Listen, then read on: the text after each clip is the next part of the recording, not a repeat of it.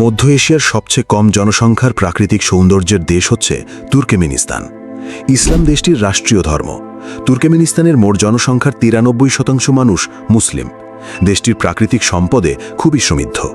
তুর্কমেনিস্তানের স্থানীয় নাগরিকদের বিদ্যুৎ, গ্যাস ও পানি ব্যবহারের জন্য সরকারকে কোনো প্রকার বিল দিতে হয় না।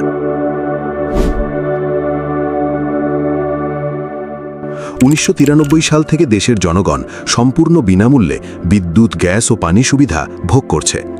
তুর্কমেনিস্তানের মধ্যে রয়েছে পৃথিবীর একমাত্র দোজখের দরজা। এই দরজাটি উজবেকিস্তানের মরুভূমিতে অবস্থিত। দোজখের দরজার কখনো আগুন নেভে না। দিনরাত 24 ঘন্টা সেখানে অবিরাম আগুন জ্বলতে থাকে। প্রতি বছর দোজখের দরজা দেখতে পৃথিবীর বিভিন্ন প্রান্ত থেকে হাজার হাজার পর্যটক তুর্কমেনিস্তানে পাড়ি জমায়।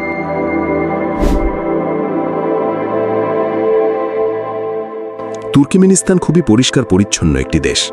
দেশটির নারীরা খুবই সুন্দর। দেশটির কোনো নারীকে বিয়ে করতে হলে সেই দেশের সরকারকে $50,000 পরিশোধ করতে হয়, এবং এই টাকার বিনিময়ে আপনি দেশটির নাগরিকত্ব করে তুর্কমেনিস্তানের নারীকে বিয়ে করতে পারবেন। 4,88,100 বর্গ কিলোমিটারের এই দেশে 60 লক্ষ মানুষের বসবাস।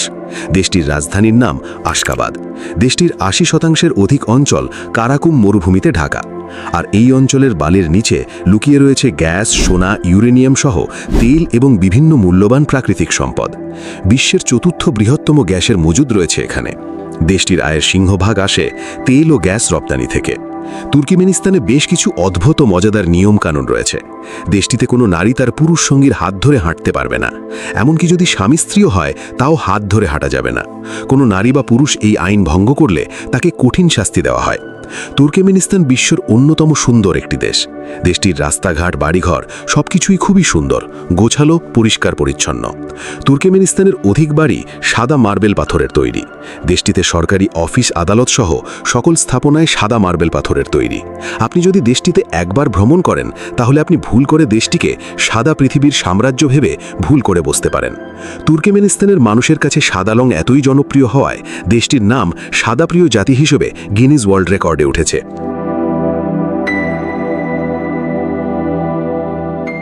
তুর্কমেনিস্তানের সাবেক প্রেসিডেন্ট বেরি মোহাম্মদেবের কালো রং পছন্দ না হওয়ার কারণে দেশটিতে কালো গাড়ি নিষিদ্ধ করে আইন পাশ করা হয়েছে, যার ফলে এক রাতের মধ্যেই দেশটির রাস্তা থেকে সকল প্রকার কালো রঙের গাড়ি তুলে নেওয়া হয়। আপনি যদি কখনো দেশটিতে ভ্রমণ করতে আসেন, তাহলে দেখতে পাবেন বর্তমানে দেশটির রাস্তায় কোনো কালো রঙের গাড়ি নেই। চারদিকে শুধু সাদা আর সাদা রাজত্ব।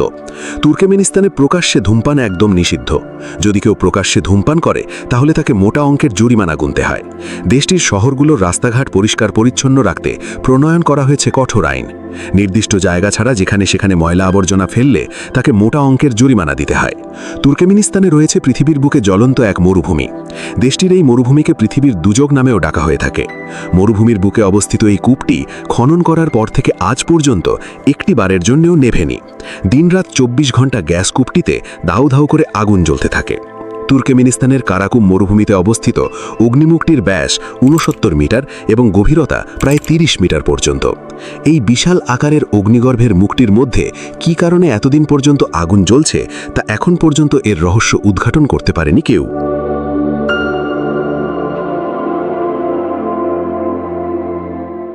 তুর্কমেনিস্তান সোভিয়েত ইউনিয়নভুক্ত থাকার সময় কয়েকজন সোভিয়েত জিওলজিস্ট তুর্কমেনিস্তানের কারাকুম মরুভূমিতে গ্যাসের অনুসন্ধান করে এই বিশাল আকৃতির কূপটি খনন করেন।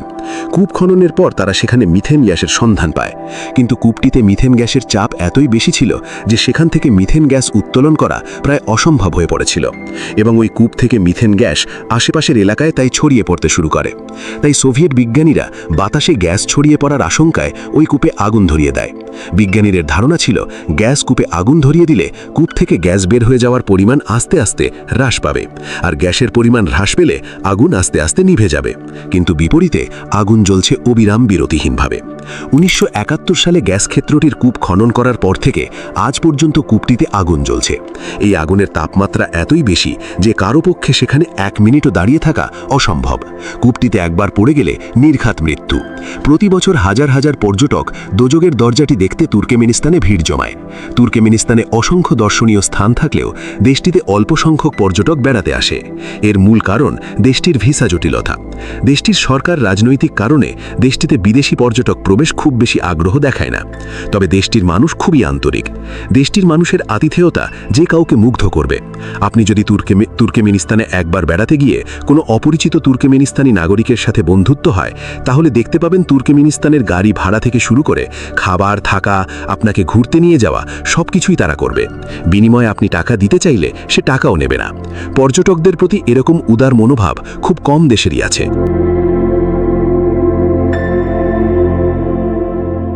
তুর্কমেনিস্তান একটা সময় সোভিয়েত ইউনিয়নের অন্তর্ভুক্ত ছিল। সোভিয়েত শাসন সময় দেশটিতে কোনো ধর্মীয় স্বাধীনতা ছিল না।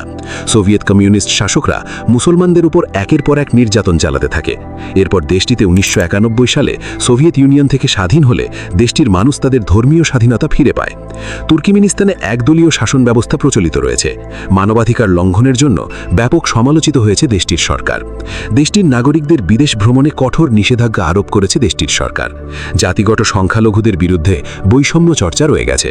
বিশেষত রুশ জাতিগত সংখ্যালঘুদের প্রতি বৈষম্য করা হয় সবচেয়ে বেশি। তুর্কমেনিস্তানের রুশ জাতিগত সংখ্যালঘুদের বিশ্ববিদ্যালয় ভর্তির আবেদন প্রত্যাখ্যান করতে দেশটির সরকার বিশ্ববিদ্যালয়গুলোকে উৎসাহিত করে বলে অভিযোগ রয়েছে হিউম্যান রাইটস ওয়াচের।